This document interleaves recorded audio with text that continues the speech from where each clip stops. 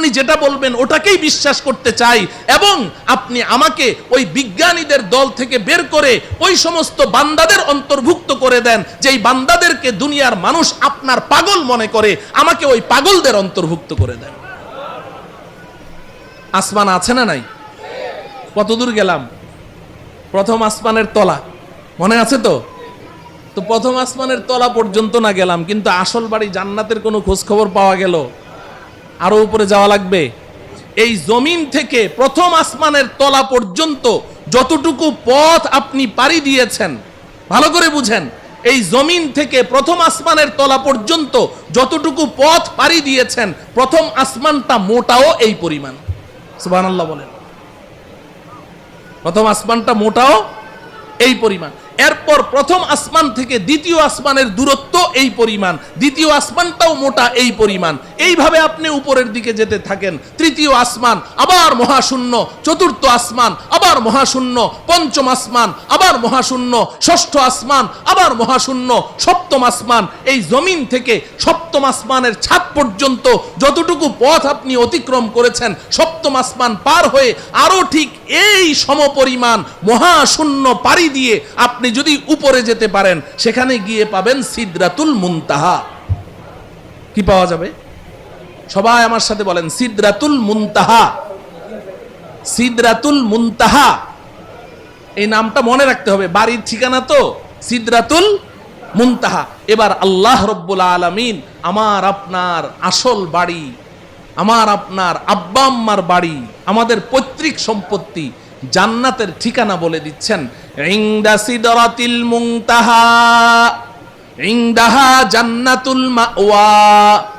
এই দুনিয়ার মুসলমান শুনে রাখো, আমি তোমাদের জন্য, আমার ইমানদার পরহেজগার বান্দাবান্দীদের জন্য আমি যেই বিশাল জান্নাত তৈরি করেছি, এই জান্নাতটা আমি আল্লাহ সিদরাতুল মুনতাহার নিকটে তৈরি করে রেখেছি। কোথায়? সিদরাতুল মুনতাহা। বলেন, সবাই বলেন, সিদরাতুল মুনতাহা। বাড়ির ঠিকানা জানা লাগবে না, বাড়ির এলাকার নাম জানতে হবে। আমাদের বাড়ির এলাকার নাম কি? সিদরাতুল মুনতাহা। আল্লাহ রব্বুল আলামিন বলছেন, ওই সিদরাতুল মুনতাহার নিকটে আমি আল্লাহ জান্নাত নামের বাড়ি তৈরি করে রেখেছি। মুহতারাম হাজরিন, আমাদের দেশের কিছু নষ্ট ভ্রষ্ট নাস্তিক দাবিদার কিছু ছেলেরা, এরা এই মাঝে মধ্যে উল্টাপাল্টা কিছু বকাবকি করে কোরআন হাদিস ইসলাম ঈমান সম্পর্কে, আল্লাহ রসুল সম্পর্কে। এই ভ্রষ্ট নষ্ট ছেলেগুলো তারা বলে জান্নাত বলতে কিচ্ছু নাই। জান্নাত আছে না নাই? এখন ওরা জান্নাতকে অস্বীকার করে কেন জিজ্ঞাসা করেন, বলবে যে আমাদের নাস্তিকদের একটা থিওরি আছে, যা চোখে দেখি না তা বিশ্বাস করি না। নাস্তিকরা যা চোখে দেখে না তা বিশ্বাস করে না, এটা ওদের দাবি। তো বলে যে আমরা পৃথিবীর উত্তর থেকে দক্ষিণ মেরু, পূর্ব থেকে পশ্চিমে, উপরে যেতে যেতে চাঁদের দেশ মঙ্গল গ্রহ সবই তো ঘুরলাম, কই জান্নাত তো কিছুই দেখলাম না, এই জন্য জান্নাত বলতে কিচ্ছু নেই। নাউজুবিল্লাহ বলেন।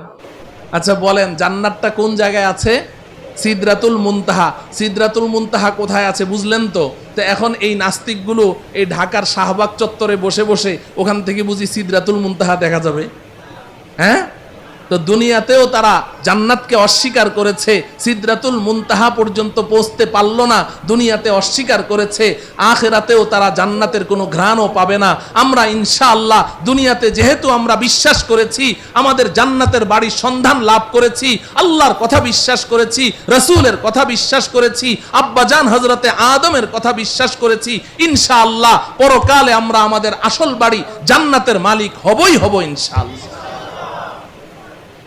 আল্লাহ রব্বুল আলামিন আমাদের সবাইকে আমাদের আসল বাড়ি পর্যন্ত অতি নিরাপদে পৌঁছার তৌফিক দান করুন।